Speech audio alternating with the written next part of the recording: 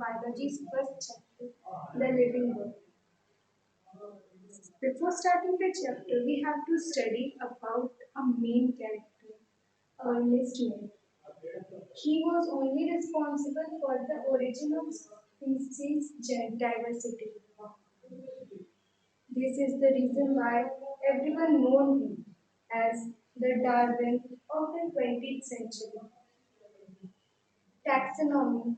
He discovered taxonomy, systematics, evolution, and many more different things. Now we come upon the chapter. The main question arises: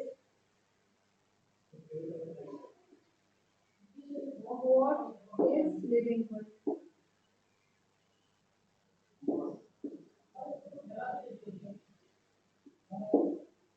What is a living world?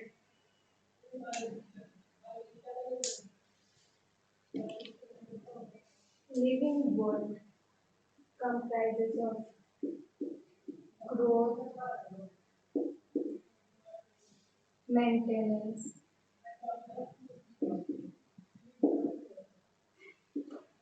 metabolism,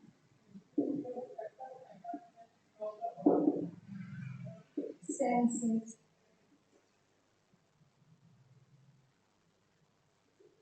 and soul.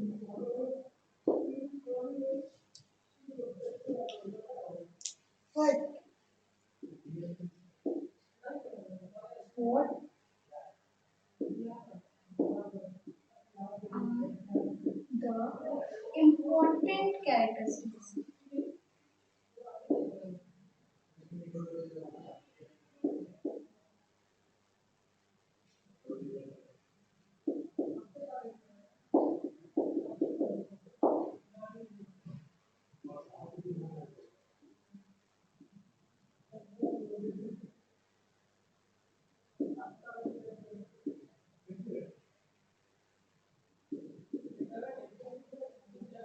Of a living substance. हम ये कह सकते हैं growth maintenance metabolism sense हम बहुत सारे living organisms की characteristics है बट इसमें से सबसे इम्पोर्टेंट कौन सा है हम ग्रोथ को नहीं कह सकते सबसे इम्पोर्टेंट हम मेंटेनेंस को नहीं कह सकते सबसे इम्पोर्टेंट हम मेटाबॉलिज्म को नहीं कह सकते सबसे इम्पोर्टेंट तो हम किसे कह सकते हैं सबसे important sense we can say that sense important है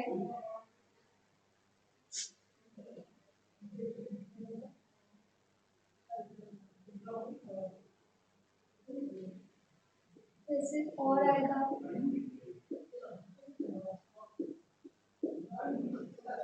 response to stimuli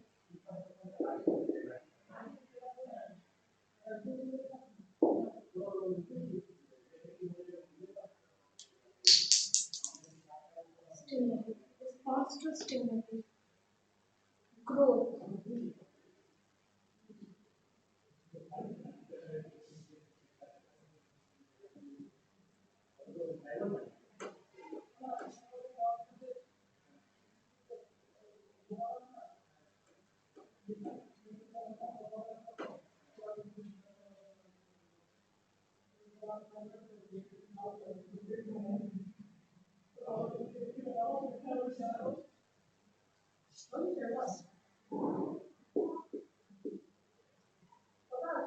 growth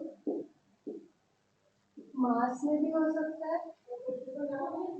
wait में भी हो सकता है ग्रोथ मास में भी हो सकता है वेट में भी हो सकता है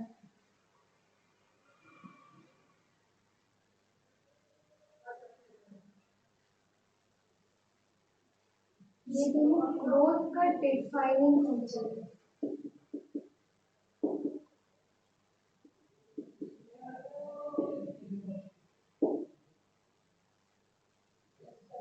ग्रोथ सिर्फ लिविंग में नहीं होता है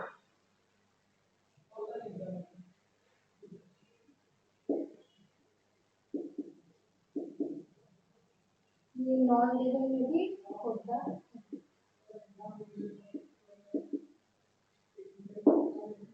ग्रोथ सिर्फ लिविंग में ही होता है, नॉन लिविंग में भी होता है।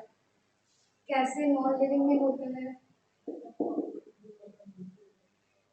कोई वुड हुआ, ड्राई वुड,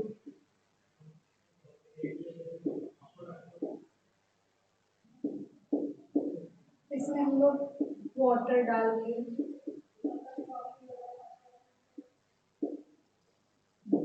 तो ये क्या हो जाएगा? स्वेल हो जाएगा, वुड स्वेल कर जाएगा, वुड स्वेल हो जाएगा, तो वो उसके क्या मास में चेंज हो गया, वेट में चेंज हो गया। मास में नहीं चेंज होगा, वेट में जरूर चेंज हो जाएगा, वो हैवी हो जाएगा। तो नॉन लिविंग थिंग है, उसमें ग्रोथ हुआ। हम लोग जानते हैं समर में iron rod, railway tracks expansion होता है, 6-7 में पढ़ते हैं ये सब कि समर टाइम्स में आयरन रॉड्स एक्सपेंशन होता है समर में हीट की वजह से। तो ये क्या है, हम ये भी नॉन लिविंग है, इसमें भी एक्सपेंशन हो रहा है, इसमें भी ग्रोथ हो रहा है।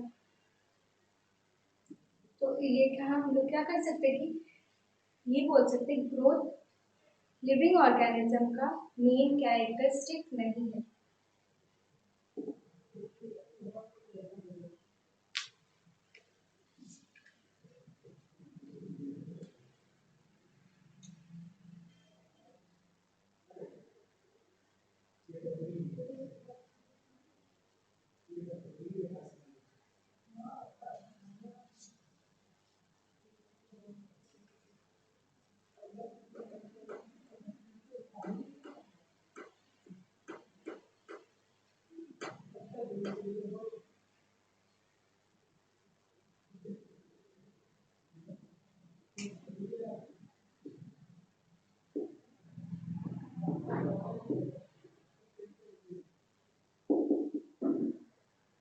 रिप्रोडक्शन, क्या रिप्रोडक्शन इम्पोर्टेंट कैरेक्टरिस्टिक्स होता है या नहीं होता है?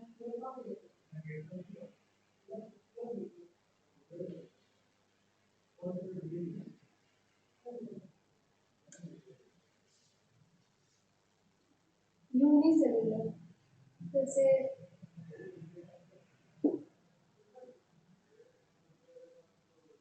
सेलुलर ऑर्गेनिज्म,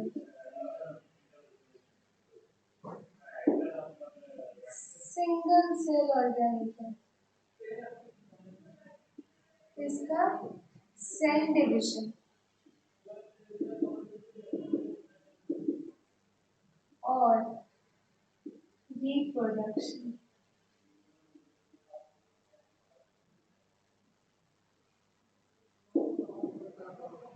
सेम है।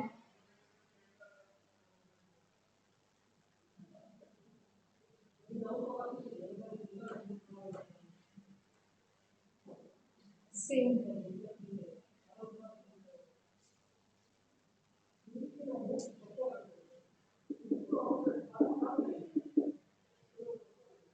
यूनिसेलुलर ऑर्गेनिज्म में cell division, unicellular single cell, जैसे ह्यूमन बॉडीज में क्या होता है, वहाँ पे मल्टी सेलुलर रोट सेल डिवाइड हो रहा है, ओल्ड सेल्स रिप्लेस हो रहा है, न्यू सेल्स का ग्रोथ हो रहा है, डेड सेल्स रिमूव हो रहे हैं। बट यूनिसेलुलर में क्या हो रहा है, वो सब तो कुछ होता ही नहीं यूनिसेलुलर में। यूनिसेलुलर सिंगल सेल है, उसमें सेल डिवाइड हो रहा है और उसी सेल से वो रिप्रोड्यूस भी कर रहा है उसी प्रोसेस में। जैसे सेल फ्यूजन अमीबा का,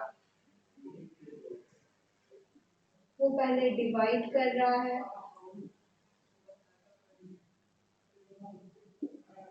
फिर दो सेल बना रहा है। तो क्या इसी में डिवाइड हो रहा है और फिर दो न्यू सेल्स बन रहे हैं। अलग है नहीं है, इंटर रिलेटेड है। But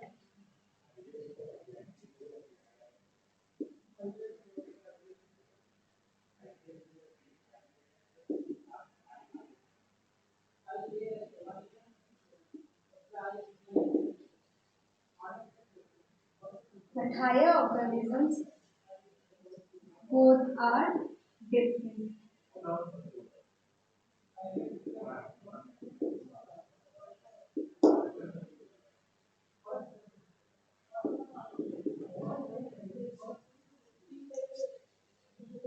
are different.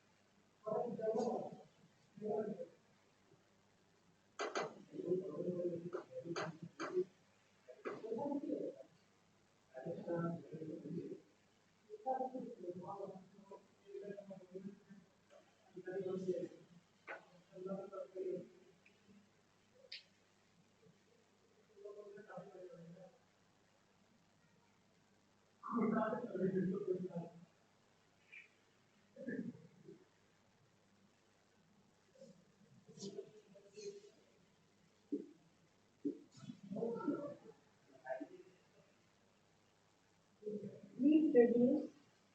So higher organisms में होता ही है, but उसमें भी तो कई ऑर्गेनिजम्स आते हैं जो रिप्रोड्यूस नहीं करते हैं. Down syndrome cases and many more cases. किसी को एक्सीडेंटल प्रॉब्लम्स होता है, किसी को बाय बर्थ होता है, वो रिप्रोड्यूस नहीं करते हैं. Example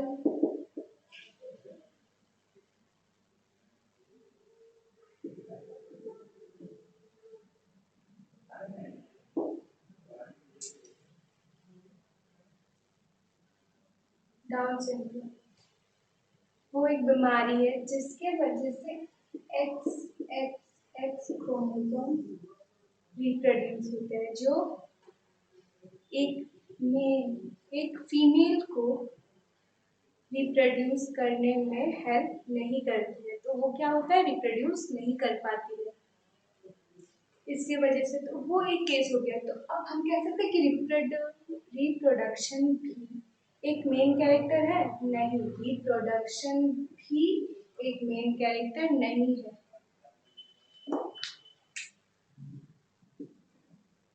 not an important character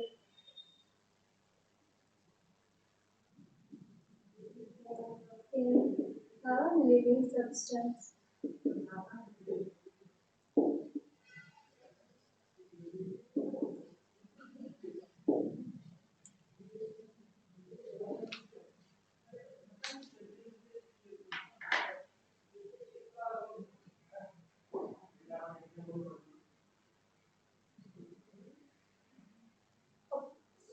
third क्या आ गया? Cellular form.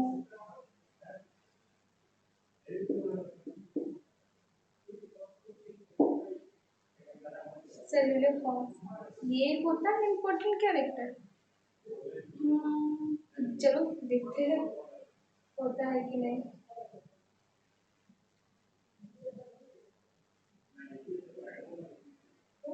Living world, living organism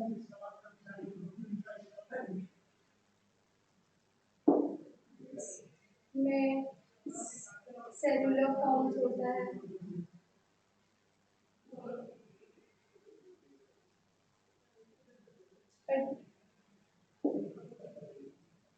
non living में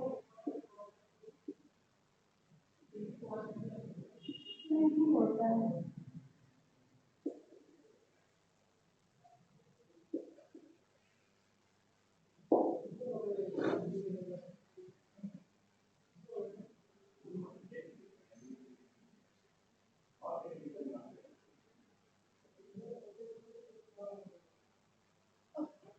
सेलुलर फॉर्म है क्या, ये मेन क्वेश्चन है।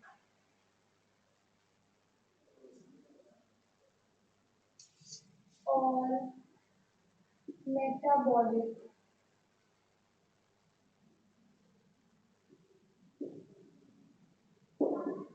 ग्रोथ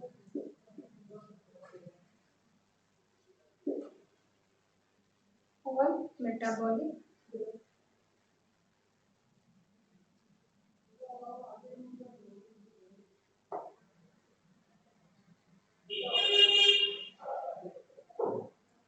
मेटाबॉलिक ग्रोथ और मेटाबॉलिक ग्रोथ में क्या आता है, ये देखें। मेटाबॉलिक ग्रोथ, इसके अंदर क्या आता है, अब इसके अंदर क्या आता है, मेटाबॉलिज्म क्या है, मेटाबॉलिक ग्रोथ क्या है, ये सब क्या है। मेटाबॉलिक मतलब all body reaction.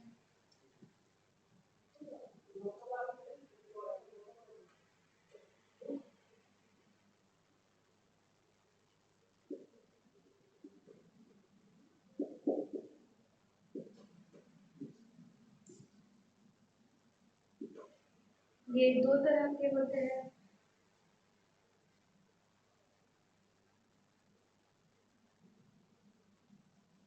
Catabolic, anabolic.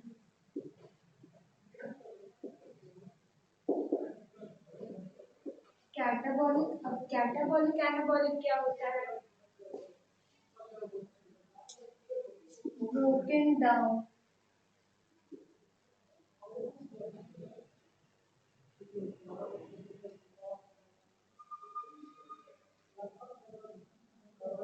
broken down to complex food to simpler, ये होता है। एनाबॉलिक क्या होता है, इसको कैटाबॉलिक सब्सटेंसेस को एब्सॉर्ब करने का प्रोसेस को एनाबॉलिक बोला जाता है।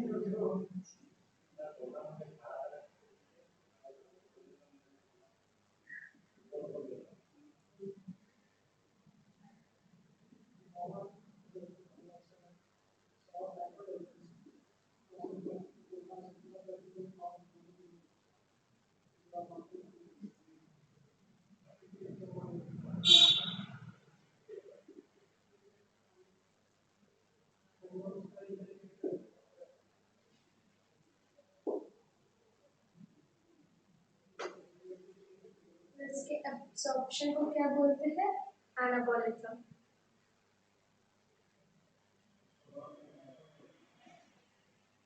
क्या नॉन लिविंग थिंग्स में कैटाबॉलिज्म होता है या एनाबॉलिज्म होता है, नहीं, नॉन लिविंग थिंग्स में ना ही कैटाबॉलिज्म होता है ना ही एनाबॉलिज्म होता है, क्योंकि हम ये तभी पढ़ेंगे कि सेलुलर फॉर्म्स सिर्फ लिविंग ऑर्गेनिज्म में होता है, नॉन लिविंग में ये नहीं होता।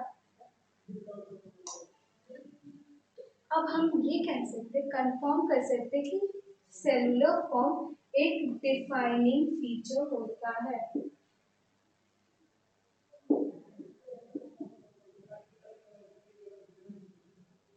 लिविंग ऑर्गेनिजम्स का। अभी तक हम क्या पढ़े कि रिप्रोडक्शन नहीं होता है लिविंग फॉर्म्स। लिविंग वर्ल्ड में क्या क्या इंपॉर्टेंस आता है लिविंग ऑर्गेनिज्म में, जैसे ग्रोथ आता है, मेंटेनेंस आता है, मेटाबॉलिज्म आता है, सेलुलर फॉर्म्स आता है, रिस्पॉन्स टू स्टिमुली आता है और बहुत कुछ आता है। बट उसमें से इम्पोर्टेंट कौन सा है, which are important which are not. First we studied about growth. Growth जैसे मास में होता है, मास में, वेट में, वो लिविंग में भी होता है, नॉन लिविंग में भी होता है, सिचुएशन के हिसाब से, कंडीशन के हिसाब से वो लिविंग में भी होता है, नॉन लिविंग में भी होता है। तो वो हम डिफाइनिंग फीचर नहीं कह सकते हैं। वैसे रिप्रोडक्शन में वो भी लिविंग में होता है, नॉन लिविंग में भी होता है। Growth, down syndrome, reproduction non living में रेयरली दिखता है, कभी कभी दिखता भी नहीं है, पर whereas लिविंग में वो होता है, नहीं भी होता है, तो वो एकदम इम्पोर्टेंट कैरेक्टर नहीं है। कोई अपने मन से भी रिप्रोड्यूस नहीं करता है, उसको नहीं करना, वो नहीं किया, इसीलिए वो भी हम इम्पोर्टेंट कैरेक्टर नहीं बोल सकते। बट वेयर सेलुलर फॉर्म्स, ये सबसे इम्पोर्टेंट होता है। ये आप हम कोई कंट्रोल नहीं करते हैं, वो ऑटोमेटिक होता है।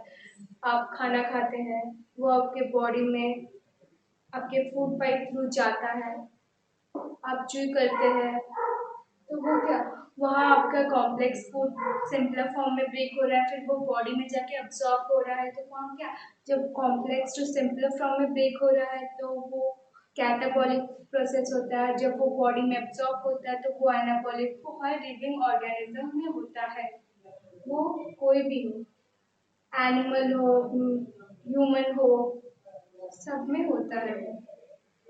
तो ये हम तब हम लोग क्या कंफर्म कर लिए कि ये सेलुलर फॉर्म इम्पोर्टेंट और डिफाइनिंग कैरेक्टर होता है लिविंग ऑर्गेनिजम्स का।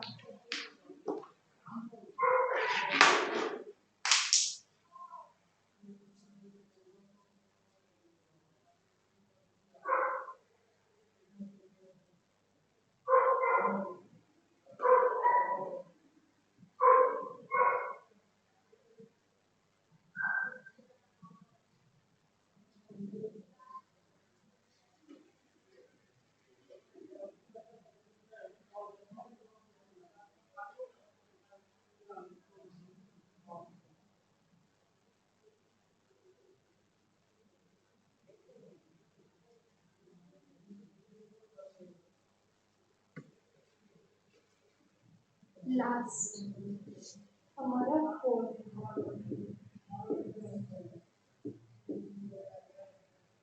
रिस्पॉन्स टू स्टिमुली, क्या ये इम्पोर्टेंट कैरेक्टर होता है? नॉन लिविंग थिंग्स क्या रिस्पॉन्स करते हैं, मूव करते हैं? कभी देखा है एक चेयर ऑटोमेटिकली यहाँ से वहाँ चला गया या वहाँ से यहाँ आ गया, या बुक तुम बैठे बैठे सोच रहे हो कि बुक मेरे पास आ जाओ, वो उठ के आ गया तुम्हारे पास? नहीं ना, नहीं होता है।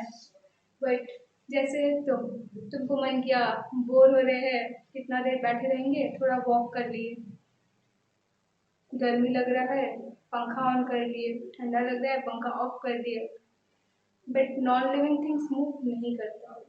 रिस्पॉन्स टू स्टिमुलस क्या है? तुम्हारे सडन रिएक्शन, जैसे तुम बैठे हो, अचानक से गर्मी लग रहा है, तुम पंखा ऑन करते हो, या तुम पंखा ऑन करते कि तुमको तुमको करंट लगता है, तो तुम क्या वहां से अपने हाथ विड्रॉ कर लेते हो, क्या तुमको शॉक लगा? तो ये क्या नॉन लिविंग में होता है? नहीं होता है। तो ये भी एक डिफाइनिंग कैरेक्टर है।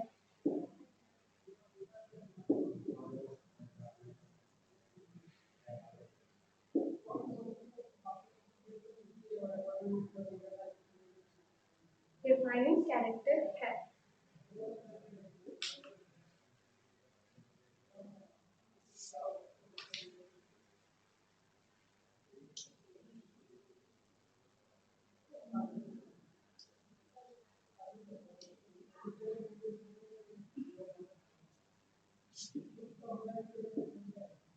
रिस्पॉन्स करना,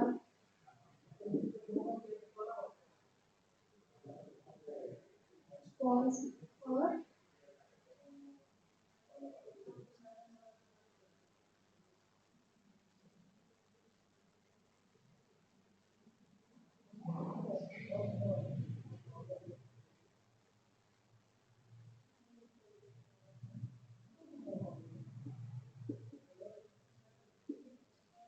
कॉन्शियसनेस। कॉन्शियसनेस क्या होता है? अब ये पढ़ते हैं, रिस्पॉन्स तो हम समझ लिए, किसी चीज के अगेंस्ट मम्मी बुला रही, सुनो ये करके जाओ, सुनो खाना खा के जाओ, तुम खाना का नाम सुन के जाके खाना खा के आते हो। पर सेल्फ कॉन्शियसनेस क्या होता है? कॉन्शियसनेस या सेल्फ कॉन्शियसनेस एक ही बात है। सेल्फ कॉन्शियसनेस क्या होता है? जब तुम जब तुम सेंस तुम्हारे तुम ब्रीथ कर रहे हो, तुम देख सकते हो, तुम जब होश में हो अपने। इंसान को देखे हो, जब वो ड्रिंक करता है वो अपने होश में नहीं रहता है। वो जो अपने वो क्या बोल रहा है, वो क्या कर रहा है, उसको खुद भी नहीं पता होता नेक्स्ट मॉर्निंग। तो यही चीज़ है कॉन्शियसनेस। तुम कॉन्शियस हो, तुम क्या कर रहे हो तुमको पता है। वही जब तुम सेंस कॉन्शियसनेस अपना खो देते हो तब तुमको पता नहीं रहता तुम क्या कर रहे हो। जैसे बहुत तरह बीमारी भी होता है, जो अपना कॉन्शियसनेस खोते रहते हैं, सेंसलेस हो जाते हैं, बेहोश हो जाते हैं। वीकनेस के वजह से भी ये होता है। बट ये नॉन लिविंग थिंग्स में होता है? नहीं होता है। तो ये क्या है, ये दोनों रिस्पॉन्स टू स्टिमुली के अंदर ही आता है।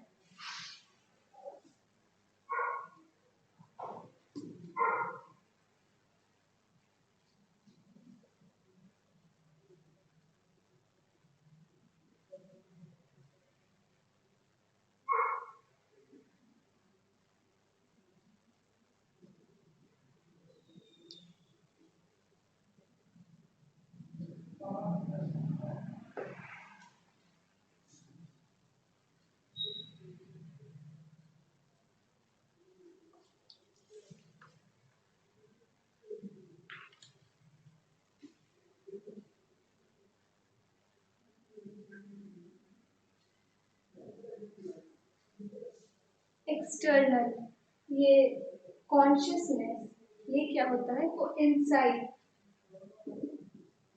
इनसाइड बॉडी होता है। कॉन्शियसनेस कहाँ से कंट्रोल होता है? इनसाइड बॉडी के अंदर से कंट्रोल होता है। तुम अभी होश में हो, ये सब का तुम्हारे मेमोरीज में स्टोर हो रहा है। अभी हम कॉन्शियस अभी तुम कॉन्शियस हो, तुम क्या कर रहे हो, क्या खा रहे हो, पढ़ रहे, अभी हम पढ़ा रहे हैं, तुम पढ़ रहे हो। तो क्या ये सब कंट्रोल कॉन्शियस हो रहा है, तुम्हारे माइंड में मेमोरी में स्टोर हो रहा है। वैसे जब तुम अनकॉन्शियस होते हो, बेहोश रहते हो, तो जो तुम्हारा एक्सीडेंट हो गया, तुम्हारा भी किसी का भी एक्सीडेंट हो गया, रोड में तो आए दिन एक्सीडेंट होते ही रहते हैं। छोड़ो, तो एक्सीडेंट हो गया, बेहोश हो गया, वो सर आदमी 2-3 दिन तक कॉन्शियस रहा, अनकॉन्शियस रहा, तो क्या उसको क्या क्या हुआ उसके साथ, उसको डॉक्टर कैसे ट्रीट किया, कहाँ कौन से हॉस्पिटल लेके गया, कौन लेके गया, उसको कुछ याद होगा? नहीं याद होगा। वो सब क्या अनकॉन्शियस स्टेजेस के ये प्रोसेस है। तो क्या बट रिस्पॉन्सेस तो वो तुम्हारे इनसाइड नहीं है, वो तुम्हारे आउटसाइड रिएक्शन है। जैसे हाँ, नेटवर्किंग हमारे responses inside of the body brain से आ रहे हैं, पर क्या एक्शन तो आउटसाइड हो रहा है। तुम अपने हाथों से पंखा ऑन कर रहे हो, तुम अपने दिमाग से सोचे अरे नहीं पंखा ऑन करना है, पंखा ऑटोमेटिक ऑन हो जाएगा, नहीं होगा। वो हम अपने हाथों से करते हैं। बुक लाना रहता है, बुक का पेज पलटना रहता है, सब अपने हाथों से करते हैं। शौक लगता है तो हम अपने हाथ को हटाते हैं। ये नहीं कि हम सोचते हैं कि मेरे हाथ हट जाओ और हाथ ऑटोमेटिक हटता है, ऐसा नहीं होता है। हाथ हमें खुद हटाना पड़ता है। ये क्या है, सेल्फ रिस्पॉन्सिव होता है। ये आउटसाइड होता है और ये इनसाइड होता है। दोनों में यही डिफरेंस है।